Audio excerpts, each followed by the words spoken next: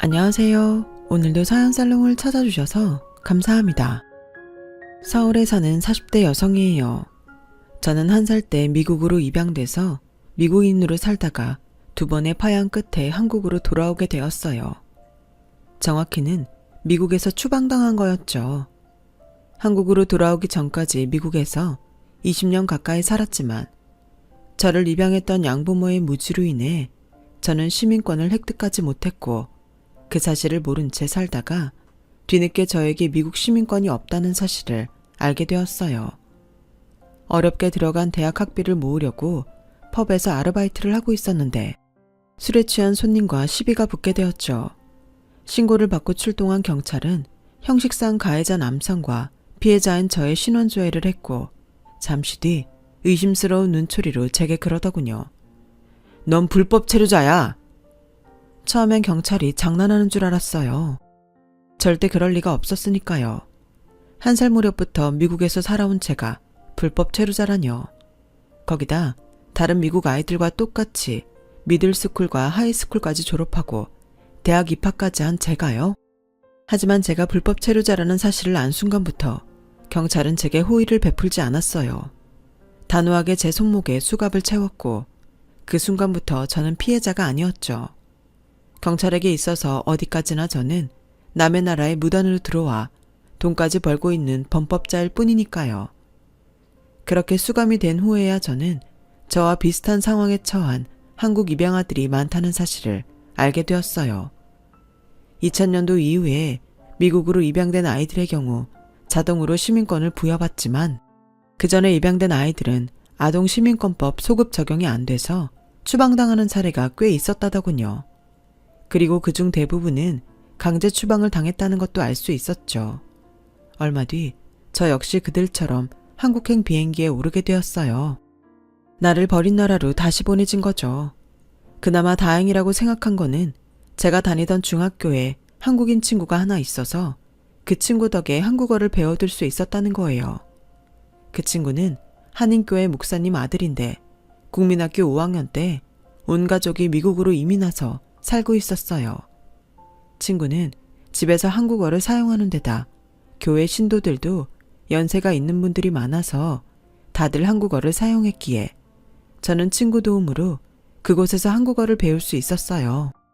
아들을 통해 딱한 제 처지를 들으신 목사님은 제가 외롭지 않도록 가족여행에도 저를 데리고 다니셨고 교회에서 하는 한인 행사에도 늘 불러주셨어요.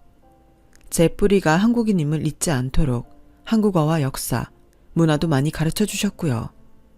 목사님 사모님은 제게 한국의 집밥이 뭔지 제대로 알려주셨어요.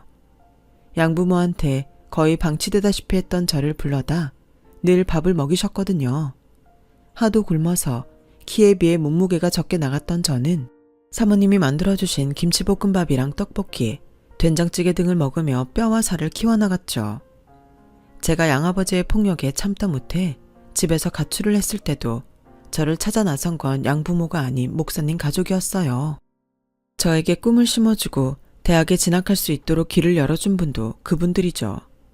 신은 제게 부모는 주지 않으셨지만 부모보다 더 훌륭한 목사님 가족을 보내주셔서 더는 외롭지 않았어요. 하지만 뜻하지 않은 상황에 생이별을 하게 되니 그동안 스스로를 지탱하던 지지대가 무너진 것처럼 걷잡을 수 없이 망가지고 말았어요.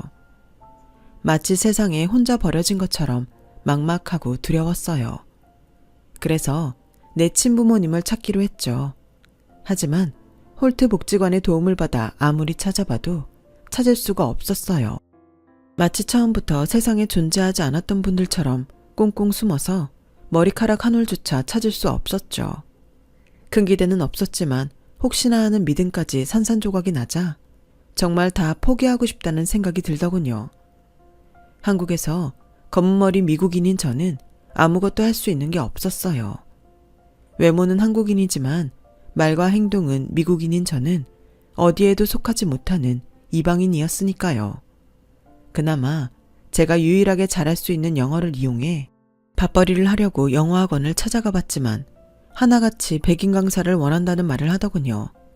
게다가 대학 졸업장이 없던 저로서는 회사에 취직도 할 수 없었어요. 한국말을 하기는 하지만 한국인들이 듣기엔 상당히 어눌한 발음도 직장을 구하는 데 걸림돌이었거든요. 그러다 하루는 미국에 있는 친구한테 온 메일을 받게 되었어요. 목사님 사촌이 이태원에서 카페를 하는데 거기에 한번 가보라고요. 파트타임이기는 하지만 집세 정도는 벌 수 있을 거라더군요.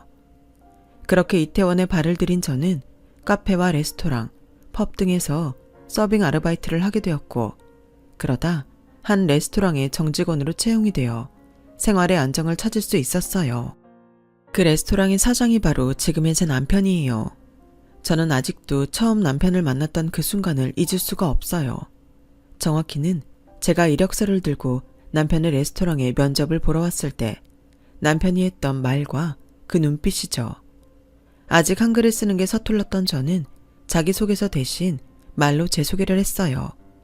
1살 무렵 미국으로 입양돼서 양부모의 학대 끝에 2번의 파양을 당한 일과 같은 학교에 다니던 목사님 아들과 친구가 되면서 뒤늦게 내 정체성을 찾게 된 것, 그리고 뜻하지 않게 미국에서 추방돼 한국으로 돌아온 일들까지 마치 영화 줄거리 소개하듯 쭉 얘기했죠. 그 얘기를 다 들은 남편은 눈시울을 붉히며 제게 그랬어요. 미안하다고요. 자기도 자기가 왜 이런 말을 하는지 모르겠는데 그냥 저한테 미안하다고 말이에요. 그 말에 가슴속에서 뭔가 꿈틀하더니 순식간에 감정이 복받쳐 올라 그대로 눈물이 터져버렸어요. 가게 안에 있던 손님들과 직원들이 영문도 모른 채 저를 쳐다봤지만 멈추려고 해도 눈물이 멈춰지지 않더라고요.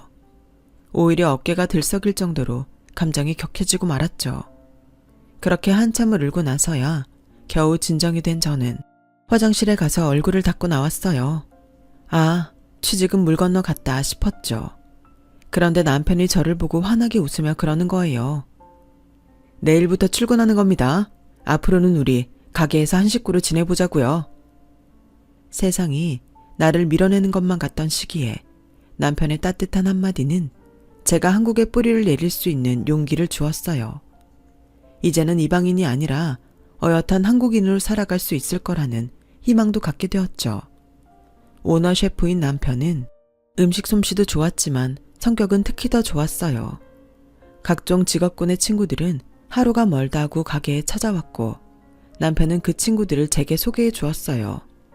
한국에서는 직장 상사의 친구들과 가게 직원이 친구처럼 지내는 일은 흔치 않았겠지만 한국 문화에 젖어있지 않았던 저는 문제될 게 없었어요.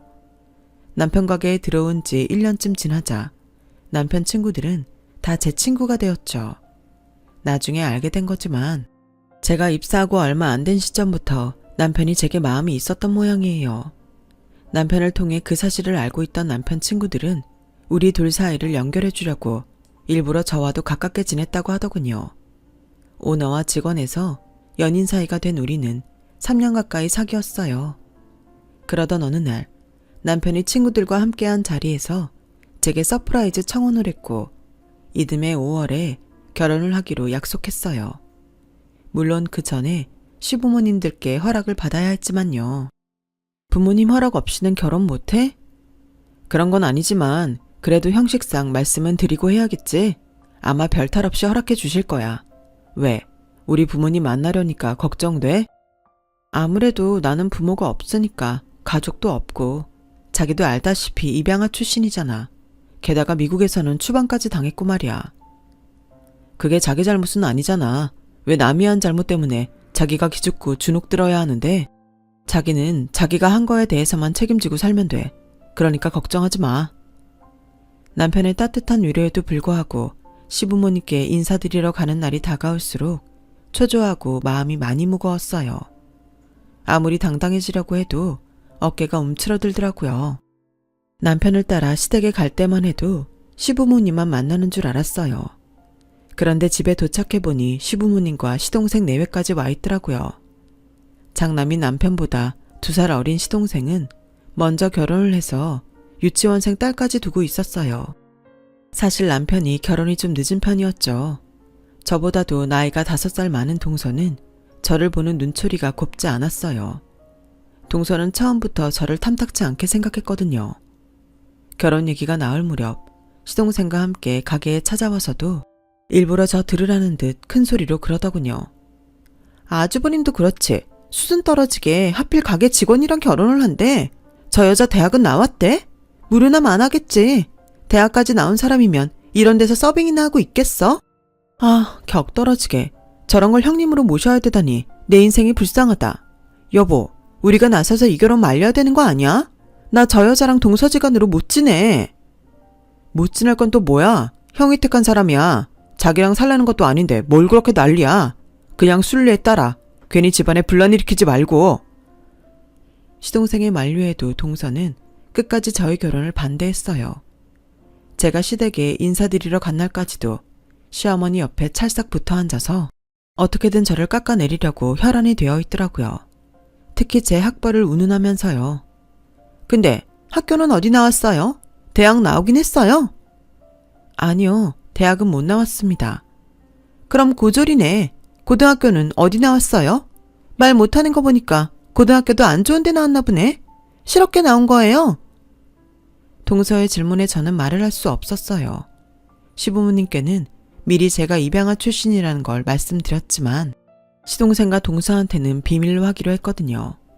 부잣집 외동딸로 자란 동서는 남의 사정을 헤아려 줄 정도로 아량 넓은 사람이 아니었어요. 오히려 상대의 약점을 잡으면 그걸 이용해 먹으려 드는 사람이었죠. 그걸 잘 아시는 아버님이 제 출신은 작은 아들 내외한테 비밀로 하라고 하셔서 입 다물고 있었어요. 보다 못한 어머님은 그 얘긴 그만하라고 하시며 분위기를 바꾸셨어요. 하지만 한번 꼬투리를 잡은 동서는 쉽게 물러서려들지 않더라고요. 제가 출신 고등학교도 제대로 대답 못하자 분명 그게 제 약점이라고 생각했는지 화장실까지 저를 쫓아와 집요하게 물어댔어요. 고등학교 졸업장이 있긴 한 거예요? 설마 중졸은 아니죠? 그때 저는 졸업장이 있냐는 말이 졸업을 했냐는 말과 같은 의미인지 몰랐던 터라 당장 수중에 졸업장이 없으니까 졸업장이 없다고 말했어요. 그 바람에 오해가 생긴 거죠.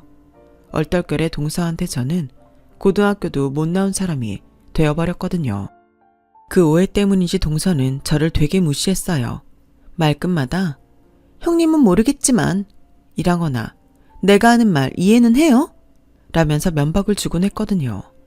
거기다 제가 앞에 있는데도 자기 남편한테 영어로 제 흉을 보더라고요. 따질까 하다가 모른 척 해줬더니 진짜 제가 영어를 못 알아듣는 줄 알고 툭 하면 그런 짓을 했어요. 시동생은 여자들 문제에 끼기 싫다며 자기 아내가 하는 험담을 그저 흘려듣는 것 같더라고요. 처음엔 동서를 조용히 불러 내가 다 알아들으니까 그러지 말라고 말해줄까도 생각했는데 다른 사람도 아니고 자기 애한테까지 영어로 제 험담을 하는 걸 듣고는 하도 얄미워서 그냥 말 안 해줬어요. 조카가 영어 유치원에 다니고 있어서 영어를 꽤 하는데 그걸 이용해서 나쁜 짓에 써먹다니 고약한 엄마죠. 조카는 자기 엄마가 왜 큰엄마 험담을 하는지 영문도 모른 채 눈만 말똥말똥 뜨고 저를 바라보았어요. 그랬더니 동서가 애한테 영어로 그러지 뭐해요. 괜찮아. 큰엄마는 영어 못 알아들어. 큰엄마는 학교 다닐 때 공부 안 해서 엄청 멍청하거든. 그러니까 앞으로도 큰엄마 있을 때는 엄마랑 영어로 말하자. 큰엄마가 무슨 말 하는지 궁금하게. 참 못됐죠. 나이 먹은 어른이 애한테 나쁜 것만 가르치고 있으니 말이에요. 제대로 된 엄마라면 자기 애한테 그런 짓은 가르치지 않을 텐데 말이죠. 그래서 저런 인간한테는 잘못된 걸 고쳐줄 필요가 없다고 생각했어요. 앞으로도 쭉 저러고 살면서 주변 사람들한테 욕이나 실컷 먹으라고요. 한편으로는 저런 동서가 내 손바닥 안에서 놀고 있는 것 같아서 은근히 재미있기도 했고요. 그런데 그러다 일이 벌어진 거예요. 하루는 조카가 태블릿으로 영어 공부를 하고 있었는데 보니까 특정 발음을 잘못 발음하고 있더라고요. 마침 옆에 동서도 없겠다. 제가 가서 살짝 발음 교정을 해주었죠. 그랬더니 조카가 놀라더라고요. 큰엄마, 영어 할 줄 알아? 그런데 엄마한테는 비밀이야. 조카는 비밀이라는 말에 들떠서는 새끼손가락까지 걸자고 했어요. 그런데 그때 동서가 그걸 본 거예요. 형님, 지금 애 데리고 뭐 하는 거예요? 아니, 고등학교도 못 나온 주제에 애 영어 공부하는데 왜 방해하냐고요? 이건 완전 미친 또라이 아냐? 은비, 태블릿 들고 방으로 들어가. 조카는 서슬퍼런 지 엄마 얼굴에 잔뜩 얼어서는 방으로 들어갔어요. 애가 들어가고 나자 동서는 소매까지 걷어붙이고는 제게 따지기 시작했어요. 내가 형님 해주니까 뭐라도 된 걸로 착각하는 모양인데 제발 분수지 말고 까불어. 동서, 난 그냥 은비가 단어 발음을 잘 못하길래 고쳐준 것뿐이야. 그게 그렇게 잘못된 거야? 이게 진짜 웃기네? 야, 니깎게 뭔데 내 딸 공부하는데 옆에서 훈계질이야. 네가 알면 영어를 뭘 안다고. 가짜않게 발음을 고쳐줘? 너 토익 몇 점이야? 토익이 뭔지 알긴 하니? 아주버님이 사람이 착해서 너 같은 여자한테 속아 결혼까지 했나 몰라도 난 너 형님으로 인정 안 해. 막말로 네가 어디서 모아먹 굴러먹던 앤지 알게 뭐야? 부모도 없다며. 그런 주제에 어디서 대먹지 않게 꼴값이냐고. 운 좋게 남자 안 홀려서 이 집에 시집 왔으면 닥치고 조용히 살란 말이야. 주제 파악 좀 하라고. 그때였어요. 시동생과 함께 서재에서 나온 남편이 버럭 소리를 질렀죠. 지금 뭐 하는 짓입니까? 재수씨가 뭔데 이 사람한테 그런 막말을 하냐고요? 아니, 그게 아니라 형님이 꼴에 우리 은비 영어 발음 가지고 트집을 잡지 뭐예요. 고등학교도 제대로 안 나온 주제에. 누가 그래요? 저 사람이 고등학교도 안 나왔다고. 비록 졸업은 못했지만 미국에서 명문대 입학까지 한 사람입니다. 영어 실력은 원어민 수준인 사람이라고요. 그 말에 동서는 두 눈이 커져서는 저를 바라보았어요. 그동안 자신이 저렴한 영어 실력으로 제 욕을 했던 게 떠올라 그런지 얼굴이 빨갛게 달아올랐더라고요. 동서, 실은 나 그동안 다 알아들었어. 동서가 서방님이랑 은비한테 영어로 내 흉보는 거 말이야. 진작 얘기할까 했는데 나도 심술이 나서 말 않고 있었어. 그러자 그동안 자기 아내가 형수 욕을 하는 걸 알면서도 입 다물고 있었던 시동생도 얼굴이 벌개졌어요. 형수님, 죄송해요. 제가 말렸어야 했는데 그러질 못했네요. 앞으로는 이런 일 없게 할게요. 그제야 그동안 있었던 일을 알아챈 남편은 얼굴이 무섭게 변했어요. 너도 그렇고 재수씨도 그렇고 인생 그렇게 사는 거 아니다. 사람한테 가장 큰 상처를 주는 건 칼이나 총이 아니야. 사람의 말이지. 아버지가 왜 너희 부부한테 내 아내 얘기를 비밀로 하라고 했는지 이제야 정확히 알겠다. 둘 다 인간이 덜 된 걸 아버지는 아셨던 거지. 긴 말할 필요 없고 앞으로는 따로 얼굴 보는 일 없도록 하자. 부모님 앞에서는 어쩔 수 없지만 될 수 있다면 더는 너희 부부 얼굴 보고 살기 싫다. 남편은 제 손을 잡고 시동생 집을 나왔어요. 집으로 향하는 차 안에서도 남편은 아무 말도 하지 않았어요. 무거운 얼굴로 정명만 응시한 채 운전을 하더라고요. 내가 괜한 짓을 해서 이런 상황을 맞는 게 아닌가 미안했어요.